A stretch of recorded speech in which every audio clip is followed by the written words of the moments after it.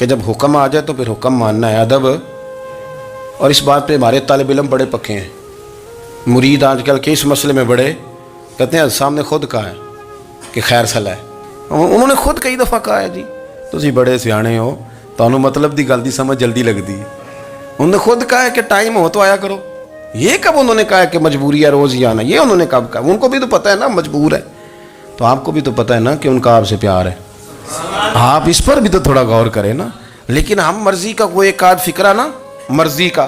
وہ ایک طالب علم یہاں سے گیا تو میرا دل نہیں تھا جائے، تو وہ کہنے لگا جی مجھے حضرت صاحب نے خود کہا ہے، حضرت صاحب نے خود کہا. میں پوچھ کے آیا ہوں. تو جو ہمارے کچھ سنگی تھے بیچ میں پیار والے، وہ کہنے لگے آندہ میں پوچھ کے آیا. میں کیا آندہ وہ بھی ٹھیک ہی ہے. تو انہوں نے آخیا سی میں جاواں تو میں انہوں کی آندہ. میری بات کی سمجھ آئی ہے نا جی. جب ارادہ ہوا تو پھر ابے کو منا کے بھی آ گئے. جب ارادہ ہوا تو ابا جی کو میں نے جانا ہے بزرگوں کے پاس ملنے جانا ہے. اور جب ارادہ نہ ہوا تو کہنے لگے حضرت صاحب نے خود فرمایا ہے کہ ابا راضی ہوگا تو اللہ راضی ہوگا. چھٹی مرضی کا ہے نا مزاج، تو مرضی کی کہانی.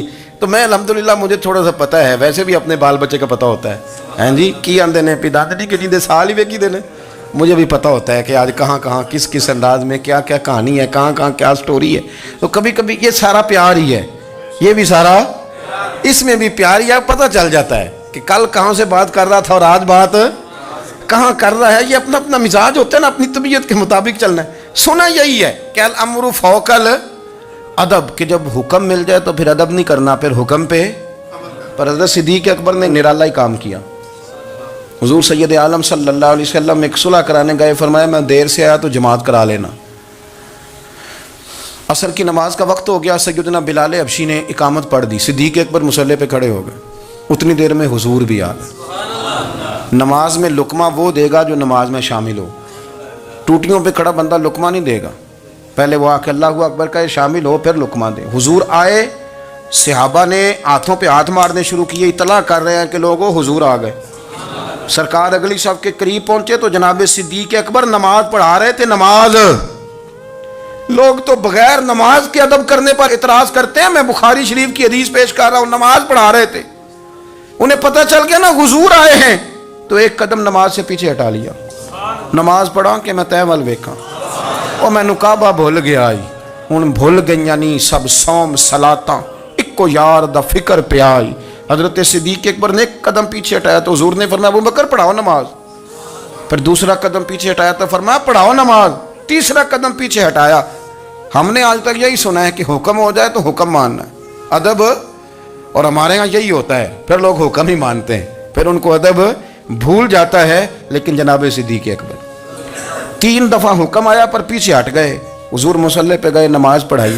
نماز کے سلام کے بعد نا حدیث میں مختلف حکم آیا. استغفار پڑھو، اللہ اکبر کہو، آیت الکرسی پڑھو، 33 بار سے مختلف اذکار آئیں. پر حضور نے آج کوئی ذکر نہیں، کوئی وظیفہ نہیں. سلام پھیرتے کہ ابو بکر میں نے جو 3 دفعہ کہا تھا نماز پڑھاؤ تو پڑھائی کیوں نہیں؟ ایک دفعہ نہیں 3. کبھی کبھی ہم بھی ناراض نہیں ہو جاتے، تینوں 100 بار ہی آکھے کہا 3 دفعہ جو کہا تھا نماز پڑھاؤ تو پھر پڑھائی. تو حضرت صدیق اکبر رو پڑے، ہاتھ دونوں باندھ دیے، گھٹنے زمین پہ رکھ دیے. عرض کرنے لگے کیا جملہ ہے، کیا ترتیب ہے. عرض کرنے لگے یا رسول اللہ، ابو قحافہ کے بیٹے کی اتنی بھی جرت نہیں کہ مدینے والے رسول کو نماز پڑھائے. میں اتنا بھی جرت مند نہیں ہو گیا حضور، میں کیسے آپ کے آگے کھڑا رہتا اور آپ میری، یعنی عین نماز کی حالت میں، عین حالت نماز میں بھی ادب. نماز پڑھا کہ میں تیمل ویکھاں. ان کا با بھول گیا آئی، میں نے بھول گئیاں نہیں سب سوم صلاتاں، اکو یار دا فکر پہ آئی. دوستو حضرت ابو بکر صدیق رضی اللہ تعالیٰ عنہ کا عشق، ان کا پریم، ان کا پیار، ان کی باتیں. ایک دن نا حضور کے وصال کے بعد اچانک نہ اس طرف جا رہے ہیں، خاصے مسجد سے دور چلے گئے. تو حضرت عمر تھوڑا طبیعت کو جانتے تھے، جناب عمر پیچھے دوڑے، کہنے لگے کدھر جا رہے ہو؟ چپ کر گئے. کیا ہوا؟ کدھر جا رہے تھے؟ ابو بکر سیانے بندے ہو، امیر المومنین ہو، کہاں جا رہے؟ تو رو پڑے. کہنے لگے ایک دفعہ نا حضور سفر پہ گئے ہوئے تھے تو اس طرف سے واپس آ گئے تھے، تو مجھے خیال آیا شاید اس طرف سے آ نہ رہے ہوں. حضرت عمر رو پڑے. کہنے لگے ابو بکر اب تو حضور نے پردہ کر لیا.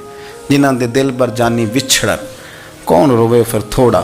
سب روگاں دا روگ محمد جس دا نام آپ ساری سیرت کی کتاب میں پڑھ لیں گے حضرت ابوبکر صدیق کا وصال کس بیماری سے ہوا. لوگوں نے قول کیے ہیں کہ وہ سانپ کا زہر آ جاتا تھا، فلان چیز تھی، لیکن کو بندہ وجہ تلاش کر سکا؟ کیا وجہ تھی وصال ہو گیا؟ کیا بیماری تھی؟ کیا تکلیف تھی؟ باقی وجوہات آپ کو ملیں گی. حضرت عثمان غنی شہید ہو گئے، حضرت عمر شہید ہو گئے، مولا علی، ابوبکر صدیق چلے گئے 63 سال کی عمر. وجہ کوئی نہیں بتائے گا. جب شدید بیمار ہوئے تو حضرت عمر فاروق نے ایک طبیب بلایا، بڑا سیانا تھا. اس نے سارا چیک کیا تو نباز تھا. کہنے لگا یار کوئی بیماری تو سمجھ میں نہیں آتی. تو حضرت عمر تھوڑا سا جلال میں، یرانہ تھا نا، جلال میں کہنے لگے ابوبکر مسئلہ کیا ہے؟ دن بدن کمزور ہوتے جا رہے، نماز پڑھانے کھڑے ہوتے تو ٹانگیں کانپتی ہیں، مسئلہ بتائیں کیا ہے؟ طبیب اتنا بڑا ہے، یہ تو بندہ کا چہرہ دیکھ کے بیماری بتا دیتا ہے، اور یہ کہہ رہا ہے کوئی بیماری نہیں. تو حضرت صدیق اکبر خاموش ہیں. پھر حضرت عمر کہنے لگے ہم سارے آپ کی وجہ سے چلتے ہیں، لوگ سارے پریشان ہیں، آپ حضور کے جانشین بتاتے کیوں نہیں؟ جب تیسری دفعہ کہا تو حضرت صدیق اکبر کہنے لگے عمر زیادہ باتیں نہ کر، تجھے پتہ نہیں مجھے کیا بیماری ہے؟ نہیں پتہ تو میں بتاؤں؟ نہیں پتہ تجھے، بول. تو جناب عمر رو پڑے.